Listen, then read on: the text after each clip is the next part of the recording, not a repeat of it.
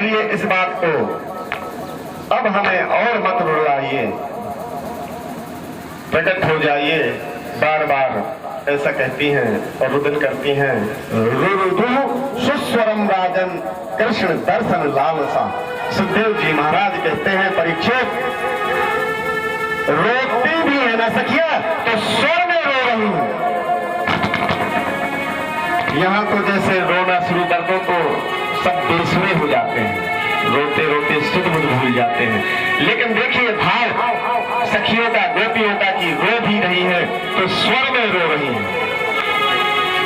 रुदु सुस्वरम राजन, परीक्षित स्वर में गोपियों का एक साथ रुदन देख करके कृष्ण दर्शन लालसा में सारी गोपियां एक स्वर में रोने लगी। कैसा अद्भुत रोना होगा उनका। 4 लोग रोए तो एक लोग कहता है हाय माई, तो एक लोग कहेगा हाय बाबू। मतलब रोने में किसी को स्वर का ध्यान नहीं रहता है, किंतु यह लोग रोती है तो स्वर निकलता है। सांसारिक लोग रोते हैं तो कोई किसी को पुकारता है, कोई किसी को पुकारता है कि हे फलाने, हे तुम्हागे। लेकिन ये गोपियां रोती हैं तो केवल परमात्मा को पुकारती हैं और वो भी एक स्वर में। गोपियों का संबंध भगवान से है, इसलिए सारी गोपियां सुंदर स्वर में रुदन करती हैं। अब भगवान से रहा नहीं गया, सो प्रत्यक्ष प्रकट होकर के उपस्थित हुए। और कैसे कि करोड़ों कामदेव साक्षात एकल करके खड़ा कर दिया जाए। एक कामदेव का तो रूप अद्भुत और सुंदर होता है, और एक कामदेव जैसे करोड़ों कामदेव खड़ा कर दो और उनका जो निचोड़ निकले फिर मैं खड़ा कर दो, ऐसे मेरे ठाकुर का स्वरूप। बोले राजा ने राम काम शतकोटि सुभग पद, ऐसा दिव्य वपु लेकर के मेरे कान्हा प्रकट हुए हैं। गोपियों को तो विश्वास ही नहीं हो रहा है कि वास्तव में कान्हा ही है या फिर कोई छल है।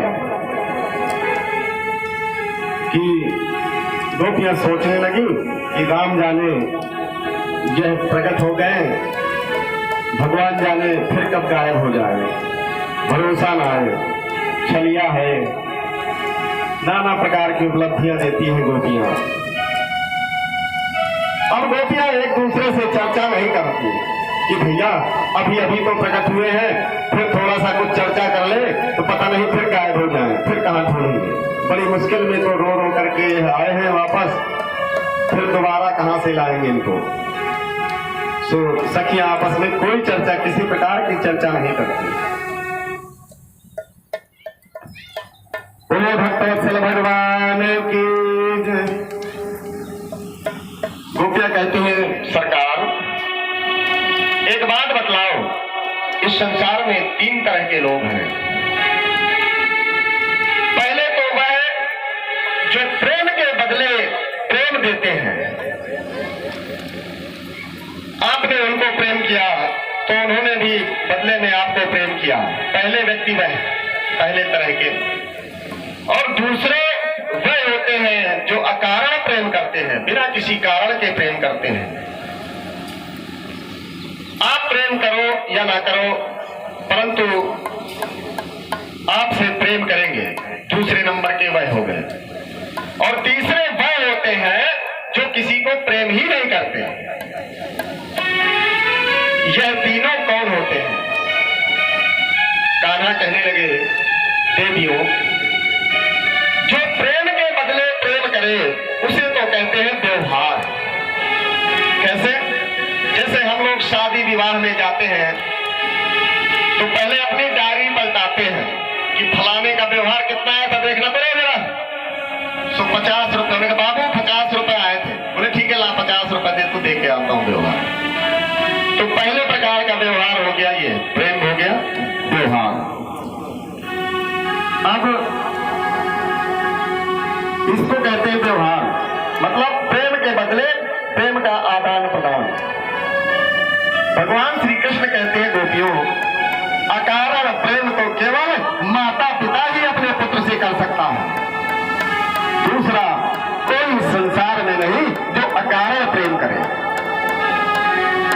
सो आप प्रेम करो या ना करो, पर माता पिता तो अपने बच्चों से प्रेम करते ही करते हैं।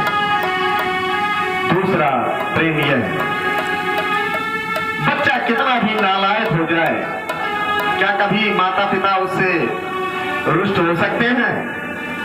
भले ही कितना दुष्ट हो जाए, लेकिन माता पिता कभी अपने बच्चे से रुष्ट नहीं हो सकते। कि कुपुत्रो जायेत क्वचिदपि कुमाता न भवति। पुत्र कुपुत्र हो सकता है, पर माता कभी कुमाता नहीं हो सकती। कितना भी दुख दे, कितनी भी तकलीफ पहुंचाए, लेकिन एक बार यही सोचेगा माँ बाप का दिल कि पता नहीं मेरे लालत कैसी है, खाना खाया कि ना, भले ही कितनी दूर हो, लेकिन एक बार तो सोचेगी कैसा होगा मेरा वाला। सो दूसरा यह है, बोले, और जो किसी से प्रेम ही नहीं करते, तीसरा जो आपने पूछा सखियों, वह लोग 4 प्रकार के होते हैं जो किसी से प्रेम नहीं करते।